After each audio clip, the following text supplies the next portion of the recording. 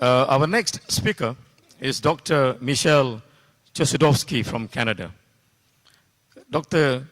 Chossudovsky is an award-winning author, professor of economics at the University of Ottawa, founder and director of the Center for Research on Globalization. He is also a member of the Kuala Lumpur War Crimes Commission, which initiated the indictment against George W. Bush for crimes of torture and war crimes, and on crimes of genocide against the State of Israel. Dr. Chossudovsky, you have the floor, sir.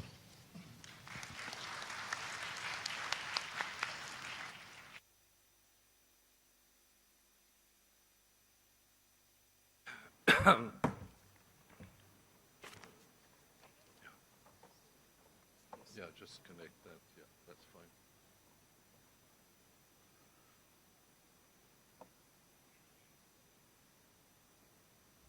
Yeah.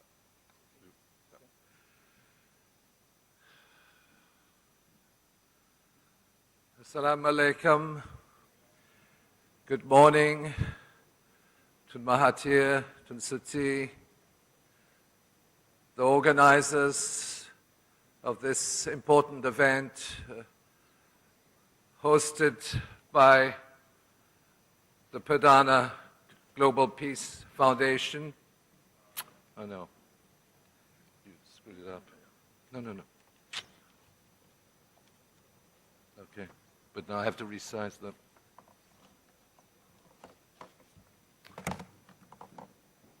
Where's my... Okay, I think.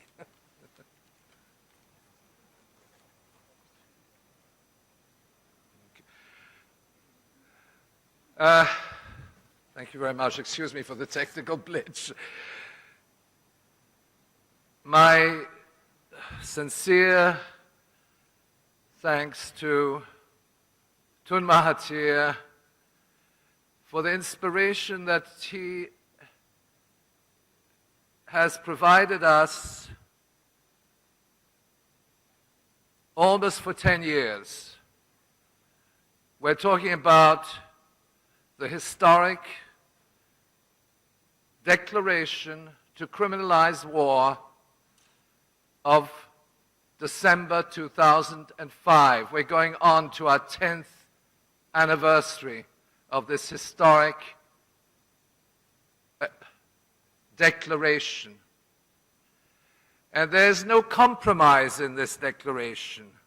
There's no rewriting of the truth.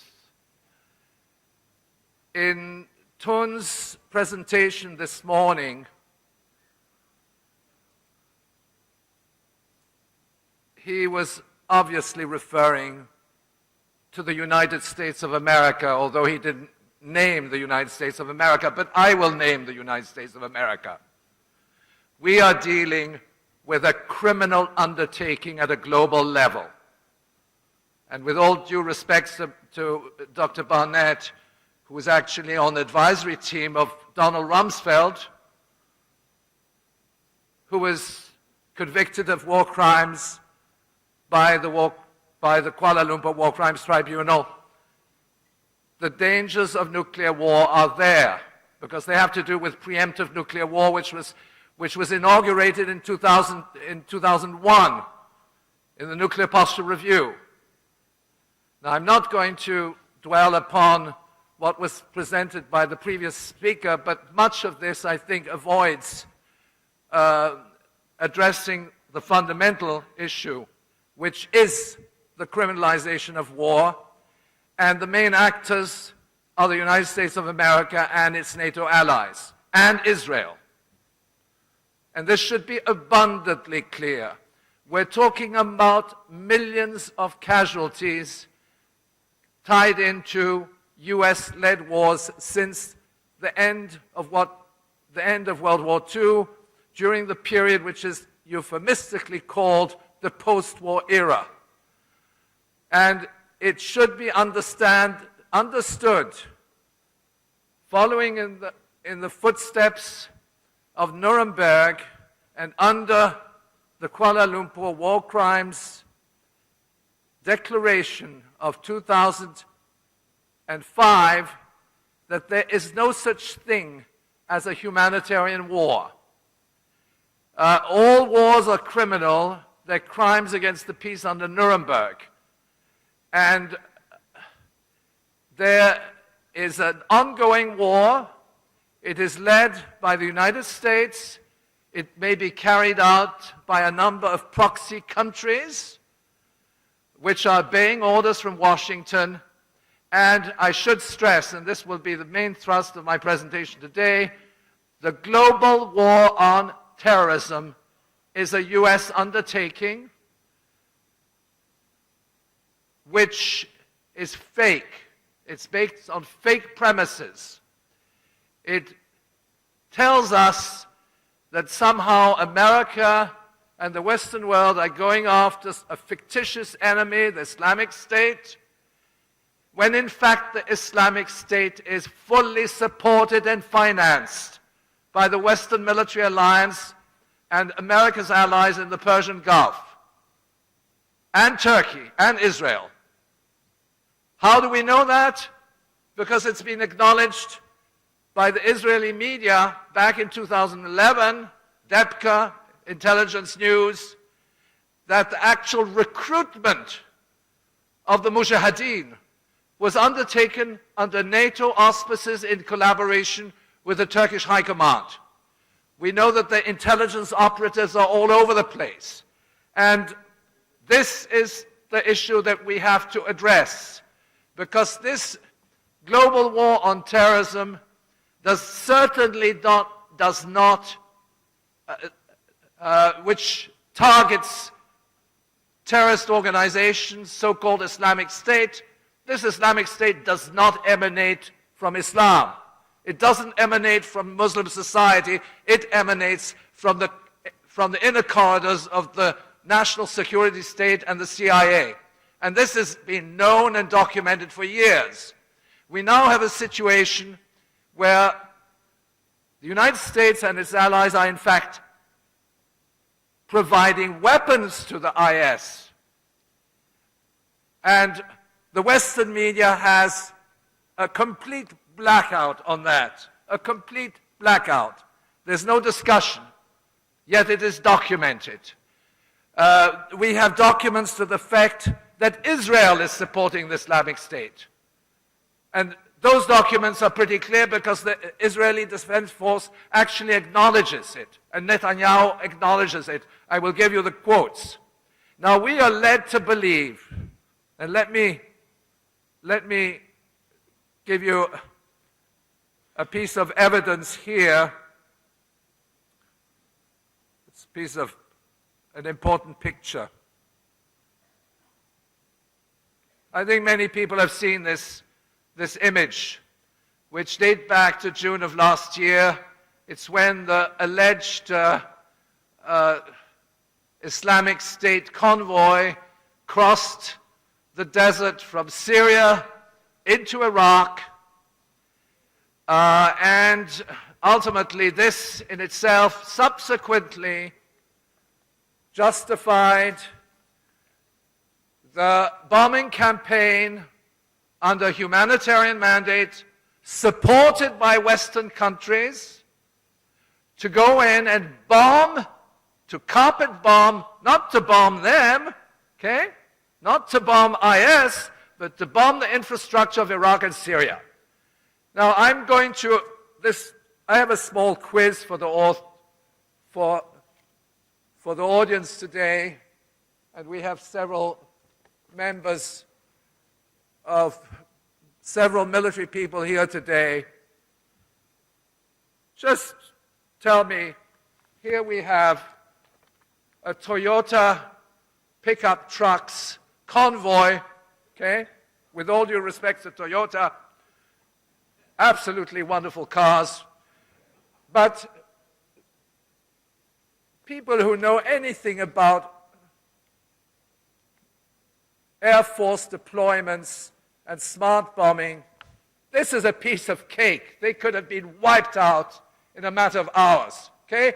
I mean, anybody who wishes to refute that, the IS convoy from Syria into Iraq crossing 200 kilometers of desert. And we will recall Operation Desert Storm in 1991, the retreating Iraqi armed forces, which was decimated. It was a criminal operation by the United States. But here we have the terrorists, and they say we can't get hold of them, we can't do anything, we can't catch them.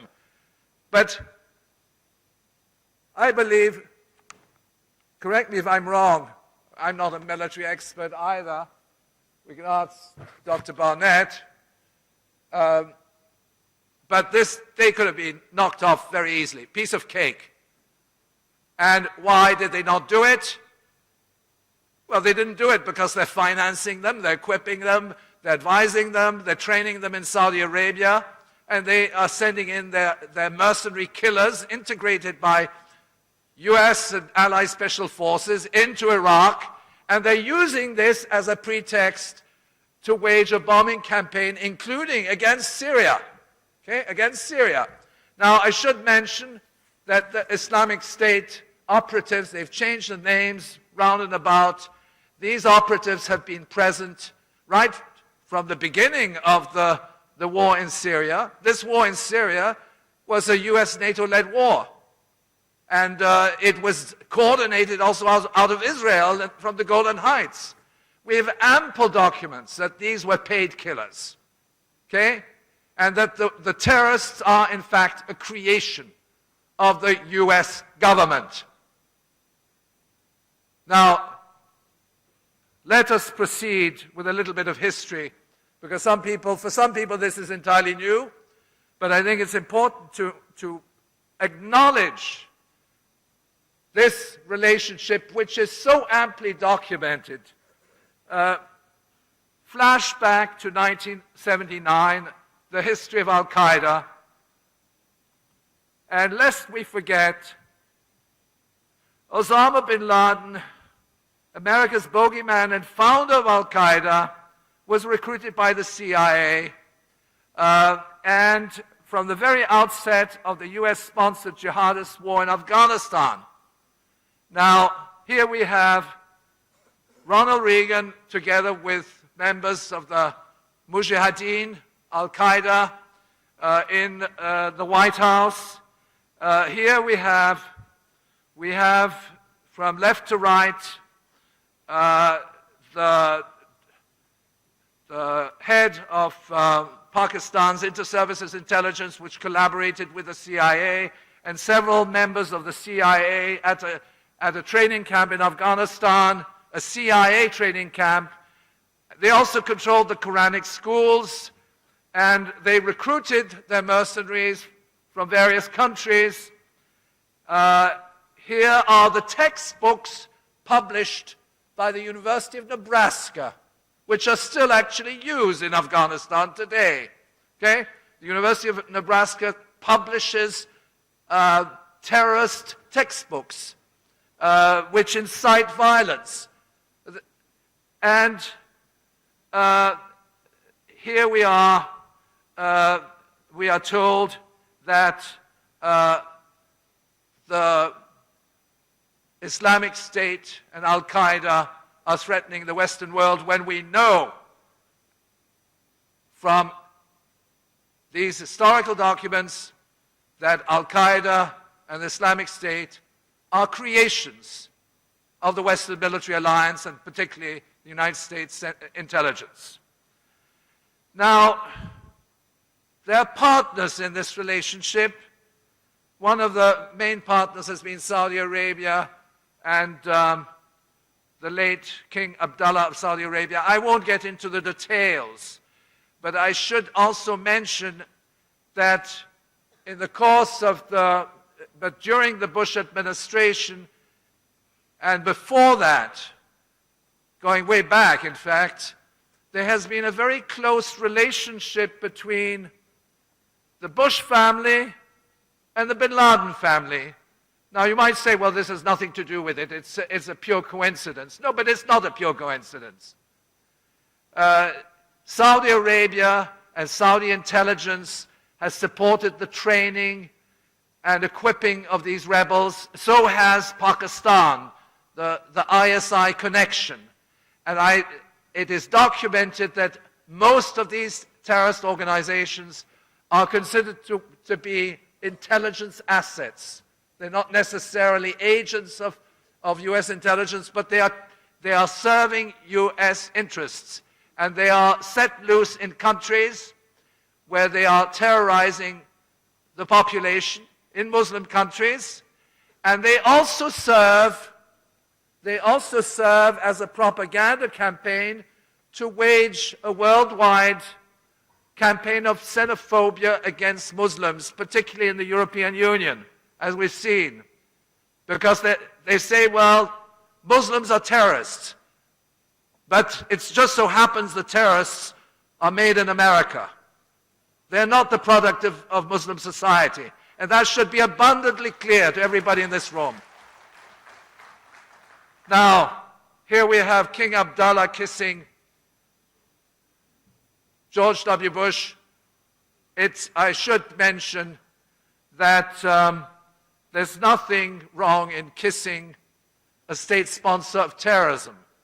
But Saudi Arabia sponsors these terrorist organizations on behalf of the United States of America. Now, let's fast forward to September 2001. I'm not going to dwell into the events of 9/11. We had a venue precisely on that. But have a look at this picture. Now, center you have the dad of the President of the United States of America, okay? George Herbert Walker Bush, in other words, Bush Sr. And then to the left, you have Shafiq bin Laden, brother of Osama bin Laden. Now, it just so happens they had a meeting at the Ritz-Carlton Hotel one day before the events of 9/11. Is there a conflict of interest on the part of the Bush family? I suggest there is.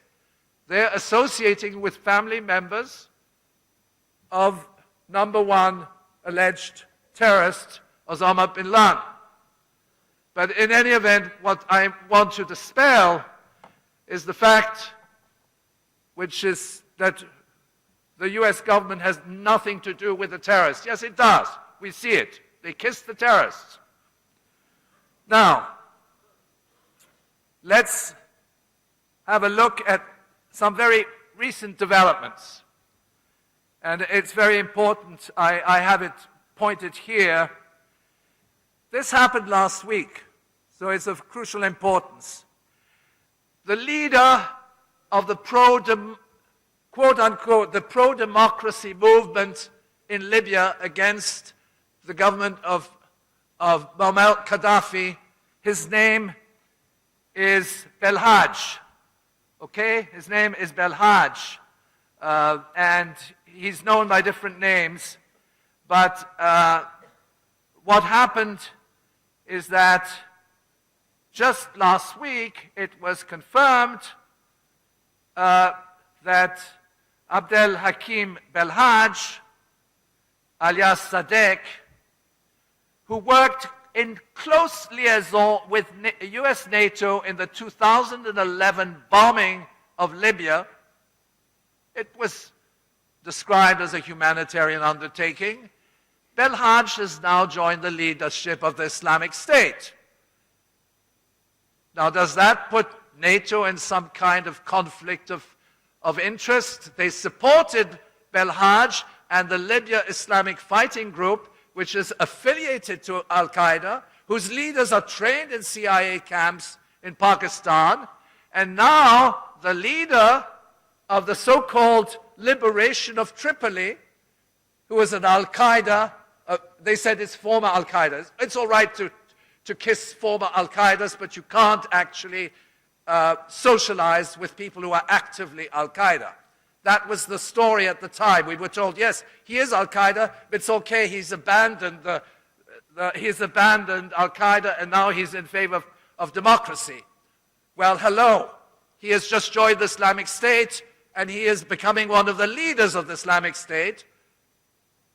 And as I mentioned earlier, the recruitment of these terrorists is undertaken by NATO and the Turkish High Command in coordination with Washington, the Gulf states, Qatar, Saudi Arabia, where they actually train them, and so on. Okay?